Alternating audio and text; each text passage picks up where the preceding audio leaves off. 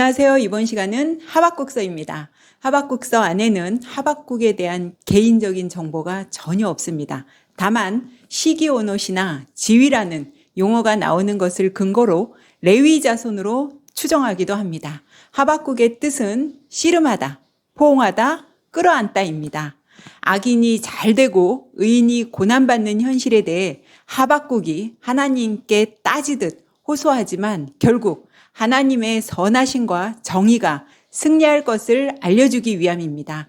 하나님의 백성은 현실의 상황에 치우치지 않고 영원하신 하나님을 끝까지 신뢰하며 살아야 함을 말해줍니다.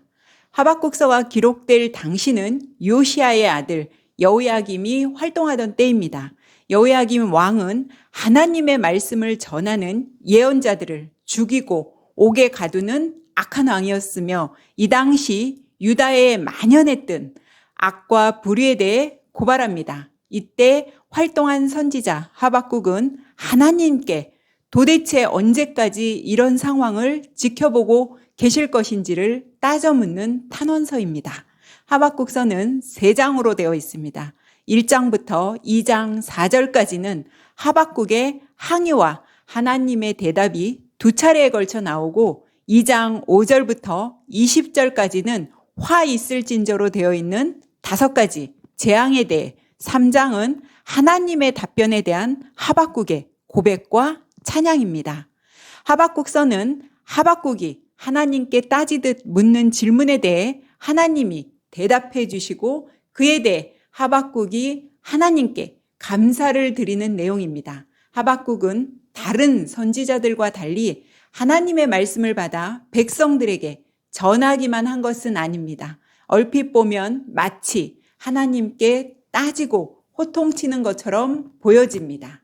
남유다의 여호야김이 통치하면서 나라 전체를 우상숭배국으로 만들고 하나님의 정의와 공의는 땅에 떨어지고 말았습니다. 율법은 해이해졌고 불의가 성행하며 악인이 번성하고 있는 현실에 대해 하박국은 도대체 하나님께서 이런 상황을 언제까지 그냥 지켜보고만 계실 것인지를 따지며 하나님께 첫 번째 질문을 합니다.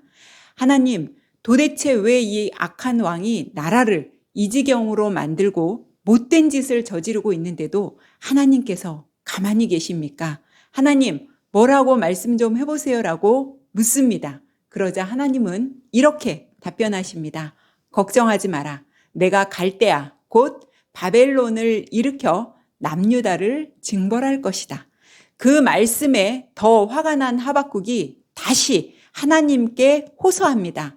남유다보다 더 나쁜 것이 바벨론인데 어째서 더 악한 것을 들어 남유다를 심판하려고 하십니까? 하고 되묻습니다.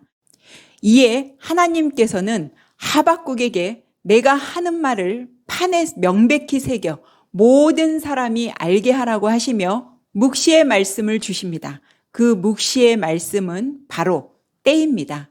이 세상의 역사는 아무 계획 없이 진행되는 것이 아니라 하나님의 큰 섭리의 시간표대로 진행된다는 것입니다. 하나님의 시간, 즉 카이로스의 때를 기다리라고 합니다. 하나님께서는 하박국에게 내가 정한 때가 있으니 혹여 그때가 더딜지라도 언젠가는 응할 것이니 포기하지 말고 기다리라고 하십니다. 악인이 계속해서 판을 치고 세상을 다스릴 것 같지만 하나님의 계획이 분명히 있고 때가 되면 악인도 또한 바벨론도 심판하실 것이니 걱정하지 말고 기다리라는 것입니다.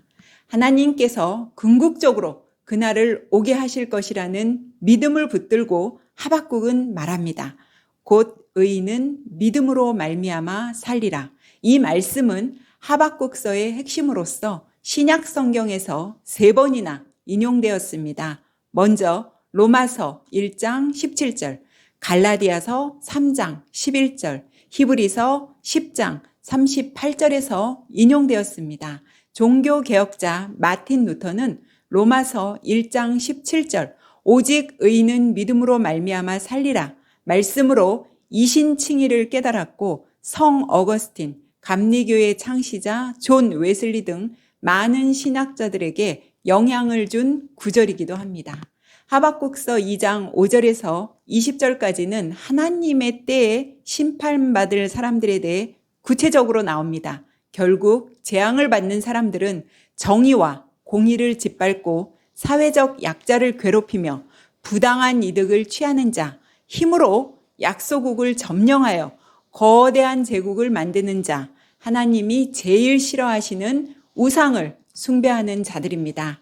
따지고 항해하듯 질문한 하박국이 하나님으로부터 명쾌한 대답을 듣고 환상을 보자 이에 감격하여 하나님께 찬양과 감사의 기도를 합니다.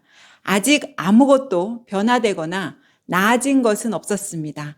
남유다는 여전히 불의한 자들이 판을 치고 포악한 바벨론은 점점 더 세력을 키워가고 있을 뿐입니다.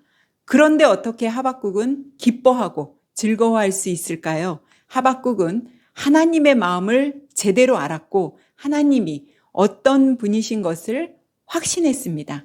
그래서 당장은 해결된 것이 아무것도 없지만 때가 되면 하나님이 구원의 약속을 성취해 주실 위대한 계획을 알기에 지금 비록 자기 앞에 무화과 나무가 무성치 못하고 포도나무에 열매가 없고 감람나무에 소출이 없어도 오직 여호와 한 분만으로 즐거워하고 기뻐할 수 있다고 고백하며 찬양합니다.